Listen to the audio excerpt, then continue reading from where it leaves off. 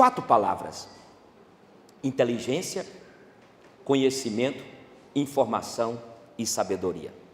Inteligência. Todo ser humano é inteligente. O ser humano foi feito à imagem e semelhança de Deus. Deus colocou no ser humano alguns atributos inerentes a Deus. Deus nos deu a capacidade de tomar decisões, de fazer escolhas. Nós somos seres inteligentes, racionais. Então, inteligência. Todo ser humano é inteligente. Agora, tem algumas pessoas que não tiveram o privilégio, a oportunidade de expandir a sua inteligência, entende? Tem algumas pessoas assim, que não tiveram o privilégio, e a pessoa muitas vezes fala errado, não tem ali um conhecimento daquela área, mas a inteligência está lá. Conhecimento. O que é conhecimento? É informação adquirida. Então, por exemplo, eu sou um ignorante na área da informática, não sei nada. Eu sou ignorante, não sei muito de física, química, matemática, piorou. Então, informação é aquilo que nós adquirimos sobre determinado assunto, e aí nós somos inteligentes, aí no cabeção nosso cresce, expande, e aí você vê aquele cara, ele tem uma profundidade para falar naquela área da filosofia, aquele outro tem um conhecimento profundo naquela área científica, de tal área, mas é uma informação que ele adquiriu.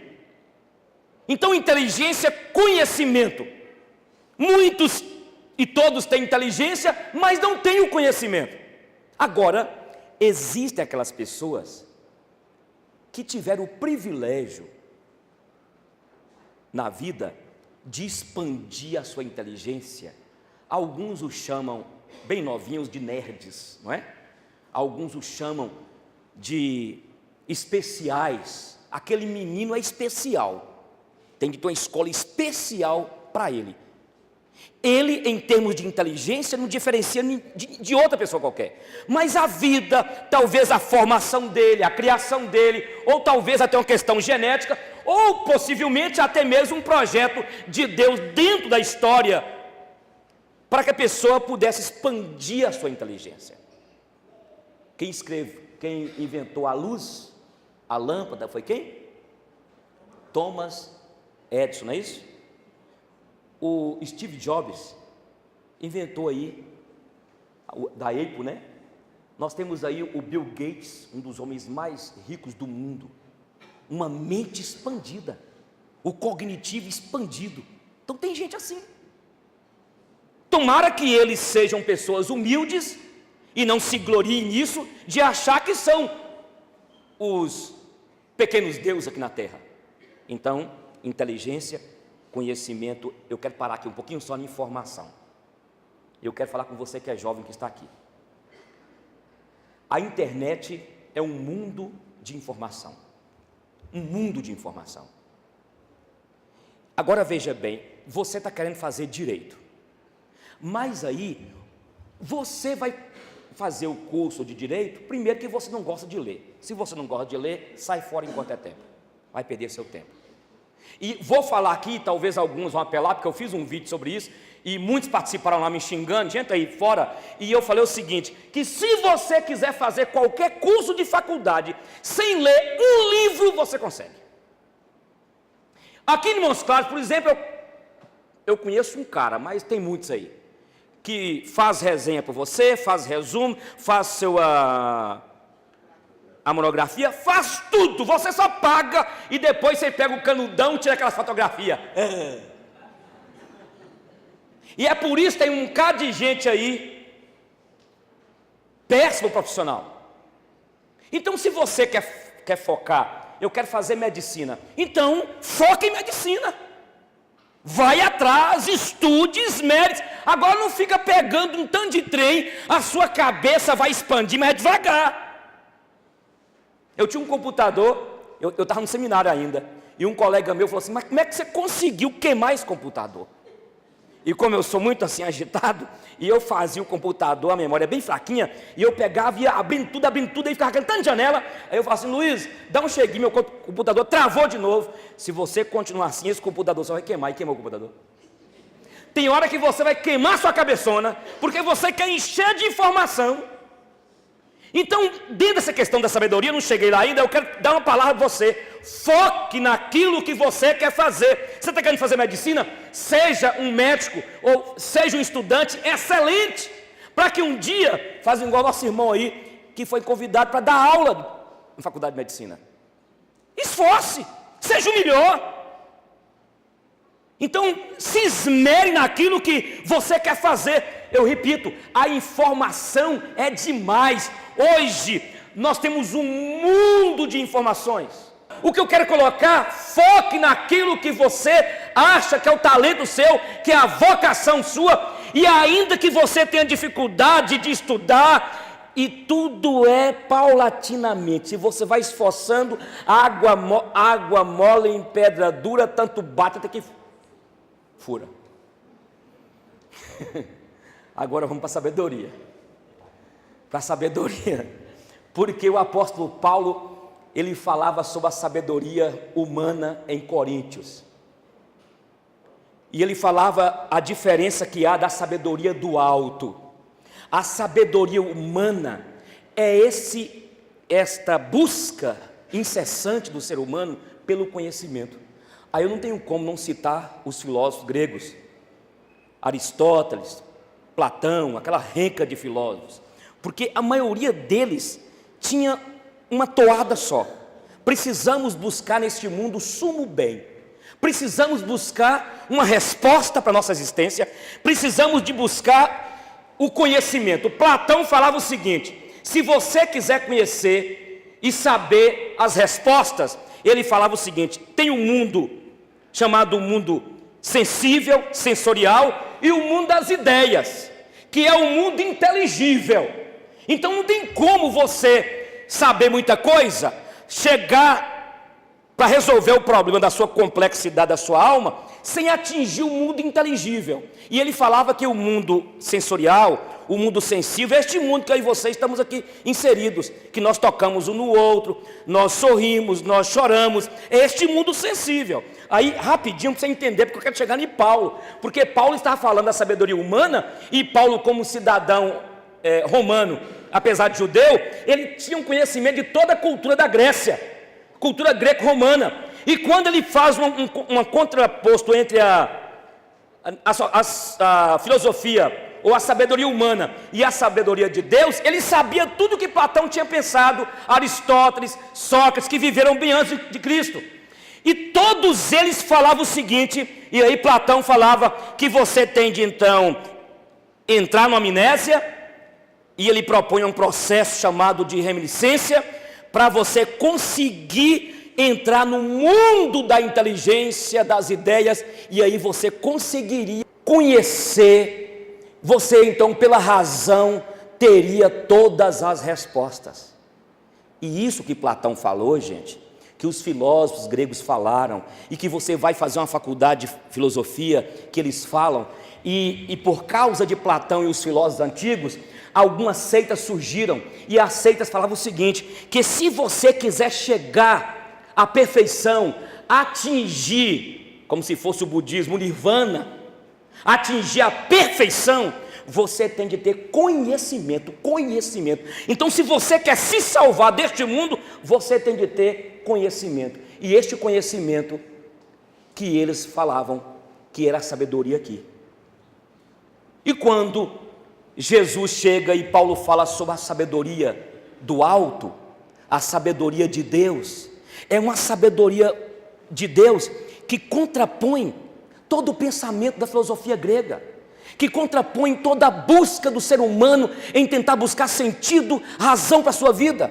Os filósofos antigos falavam o seguinte, Aristóteles, Sócrates, que nós estamos aqui e precisamos buscar um sentido aqui, e todos nós estamos em busca do sumo bem.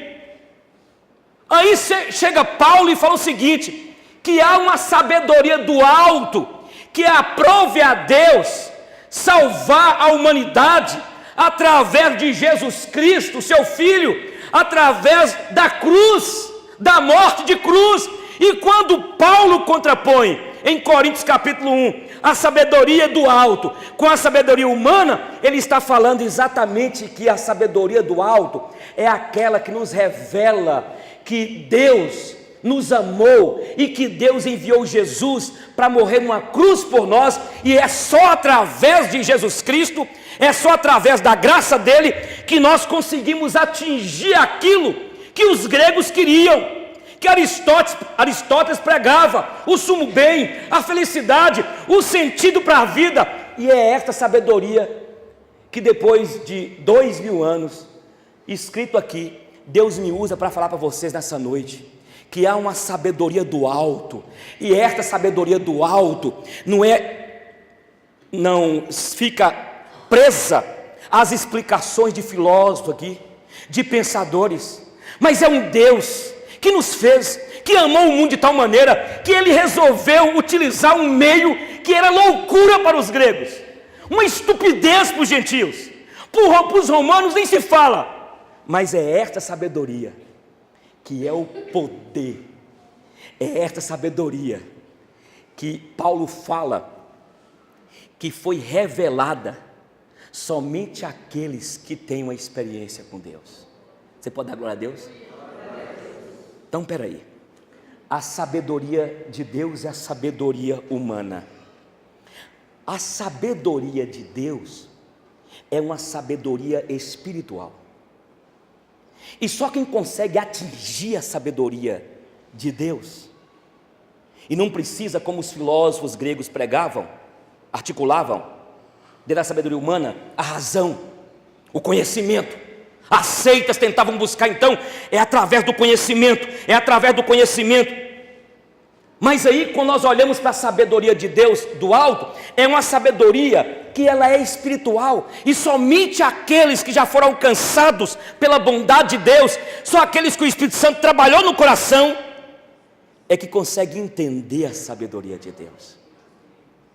E esta sabedoria, ela é adquirida com temor a Deus.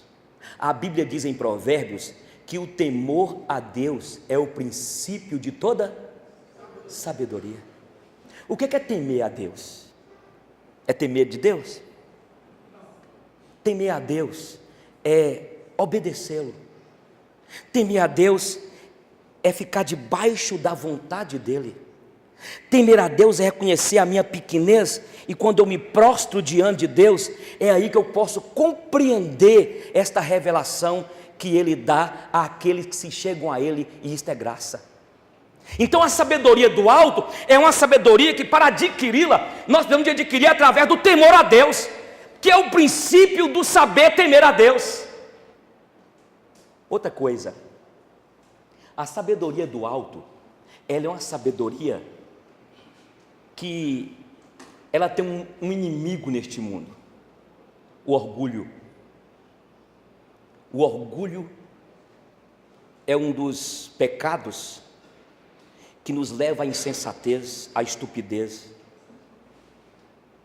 O anjo querubim, Lúcifer, foi expulso do paraíso.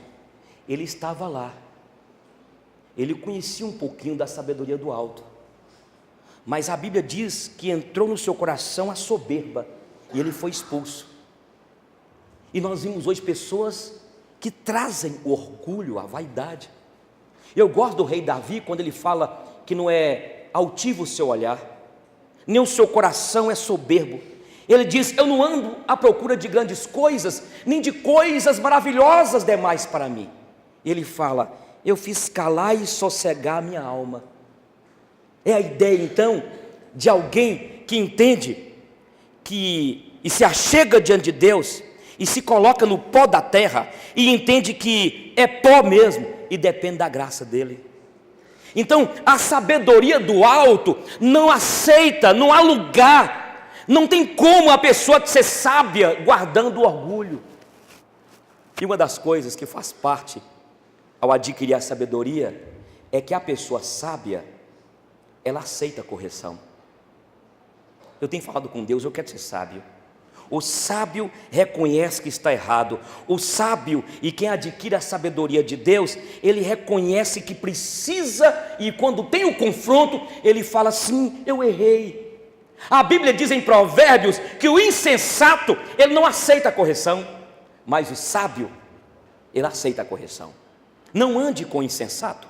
Salomão, o homem mais sábio que houve, ele disse: não ande com o insensato, mas ande com o sábio. Porque o sábio, quando ele é repreendido, ele agradece, mas o insensato não. O insensato xinga, enche a alma de empáfia, de soberba, de orgulho.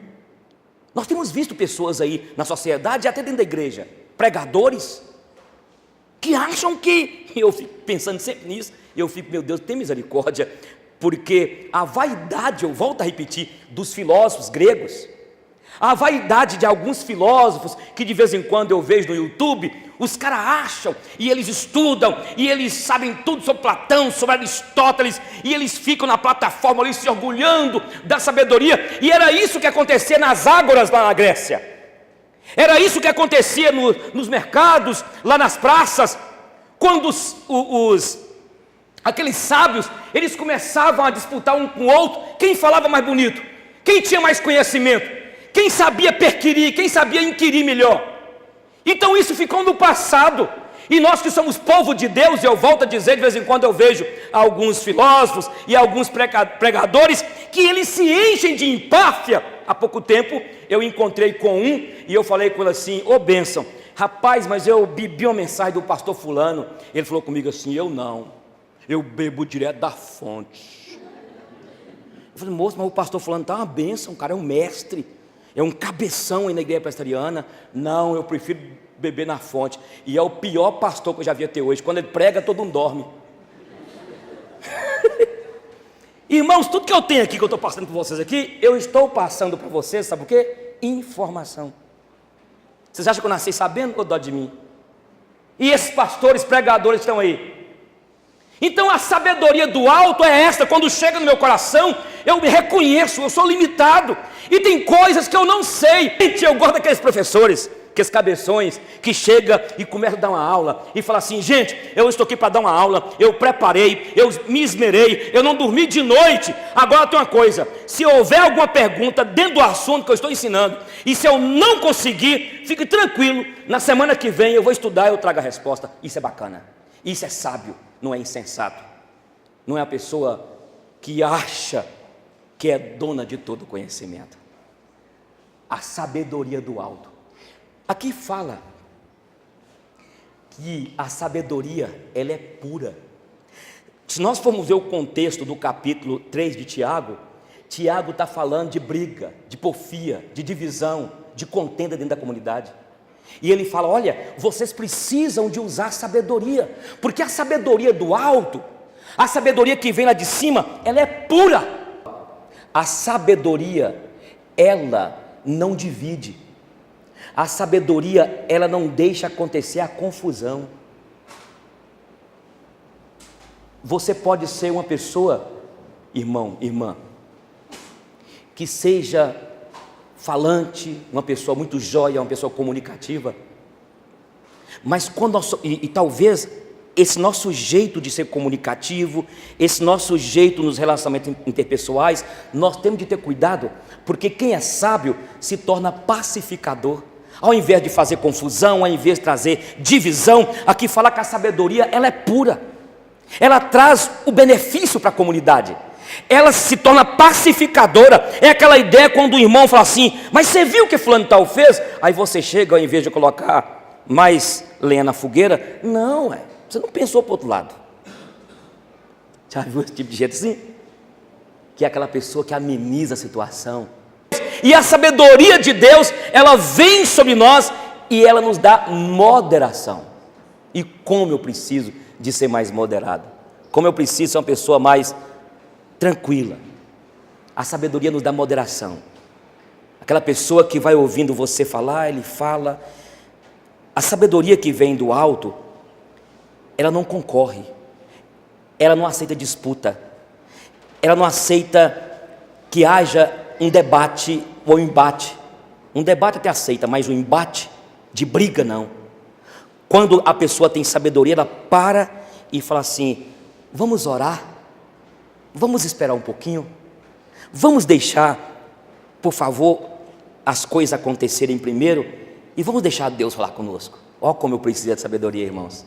A sabedoria me leva para o altar e me faz descansar no Senhor e esperar que Ele haja. É isso que eu quero conversar com vocês, irmãos. A sabedoria do alto é uma sabedoria que é espiritual, ela é sem limites, porque não há limites para a sabedoria de Deus. Não há limites. A sabedoria humana, a minha capacidade, o meu conhecimento, a minha preparação, aquilo que eu sei sobre algumas questões da vida, não valem nada se primeiramente eu não tiver a sabedoria do alto.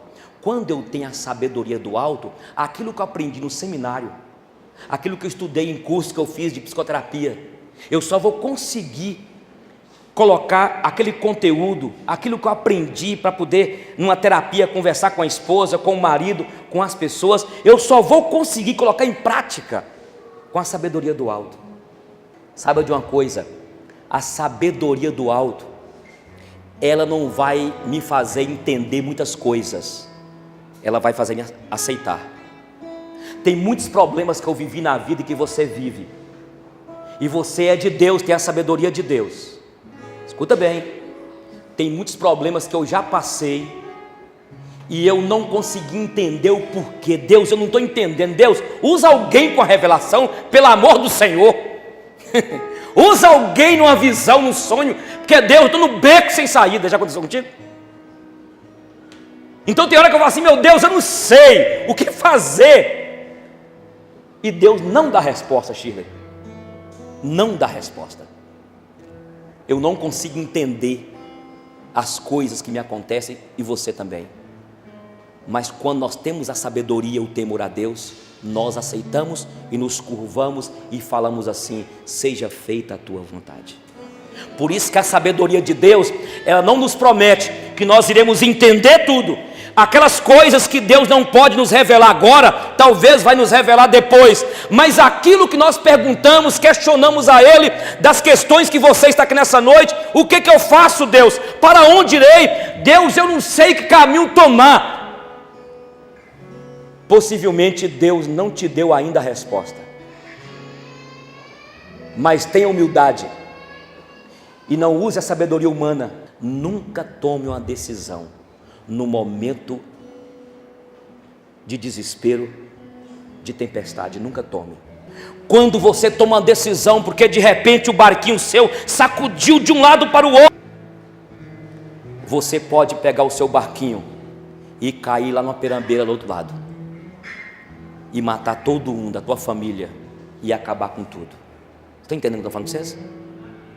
Se você está aqui nessa noite, não vá pela decisão do coração. O coração do homem é enganoso e o que mais? Desesperadamente corrupto. Desesperadamente corrupto. Quando a gente está diante da tempestade, de um furacão, de um momento que você perdeu a lucidez, a cabeça está doendo que nem Neosaldina dá jeito. A sabedoria do alto nos ensina: pare, espere, não tome a decisão agora, porque depois vai complicar a sua vida. Eu já ouvi mulheres que hoje estão separadas, já ouvi de homens que separaram e já falaram comigo: pastor, se fosse naquela época, tivesse alguém para dar um conselho para mim, eu não teria feito essa besteira.